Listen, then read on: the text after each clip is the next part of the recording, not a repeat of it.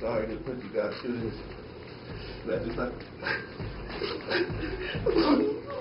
Malik Richmond's apology choked with sobs after he and Trent Mays were found guilty of raping a 16-year-old girl, allegedly impaired by alcohol. The community needs to move on after that. The victim was not in the room when the ruling was handed down. After court was adjourned, her mother read a statement saying the two boys lacked compassion and moral code. This does not define who my daughter is.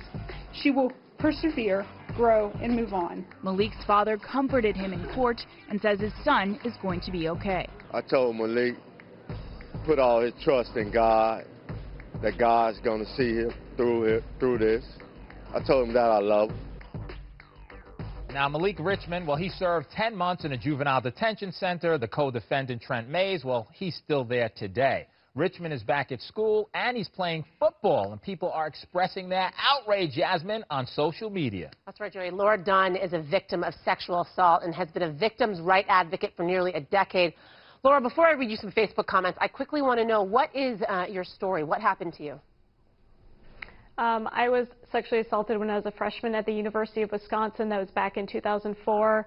And like many victims, at first I stayed silent, but I ultimately ended up asserting my rights, filing a complaint against the university. I have since gone to law school. I have a law degree now. I have a national nonprofit, and I work every single day to make sure survivors have justice. Congratulations. Talk about turning your life and doing something constructive. Yeah, absolutely. Yeah, I want to read you some Facebook comments that were coming in about the situation, Laura. So up first, someone says, how do you earn a second chance from rape? What message does that send to the victim? Laura, what message does that send to the victim, how they're allowing him to re-enter school and now play football?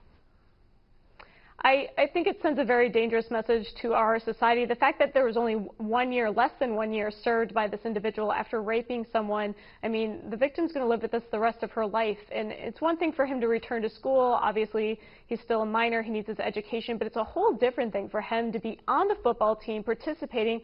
I mean, that was the culture he was already in that contributed to the sexual assault. For him to return, for no one to bat an eye within that community, says a lot about what they have and actually have not learned from the situation. And Laura, let me ask you this. How would you respond to Elizabeth? And this is what Elizabeth had to say. She says, yes, he should be allowed on the team. He served his time, and he's back in school and in good standing.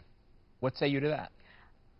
I mean, I think he should be allowed to return to school. Obviously, he needs an education as a minor. Should he be on the football team? Absolutely not. And actually, the schools have a lot of authority here. I was looking over the news reports. Someone said, well, there's nothing stopping him from being on the team. Yes, there is. There's Title IX, creating a hostile educational environment. Schools have a responsibility to every single student to send a very clear message about what is and what is not tolerated.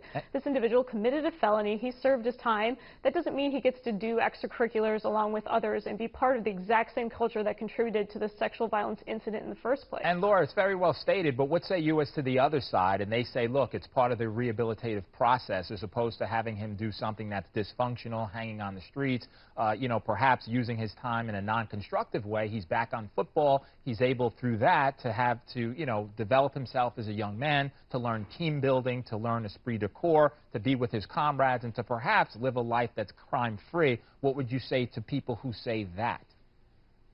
I would say, look at football culture in America. What about that doesn't facilitate sexual violence? We have athletes every day known for committing violence who stay on teams despite abusing partners, murdering other individuals. I mean, our sports culture in the U.S. is part of rape culture.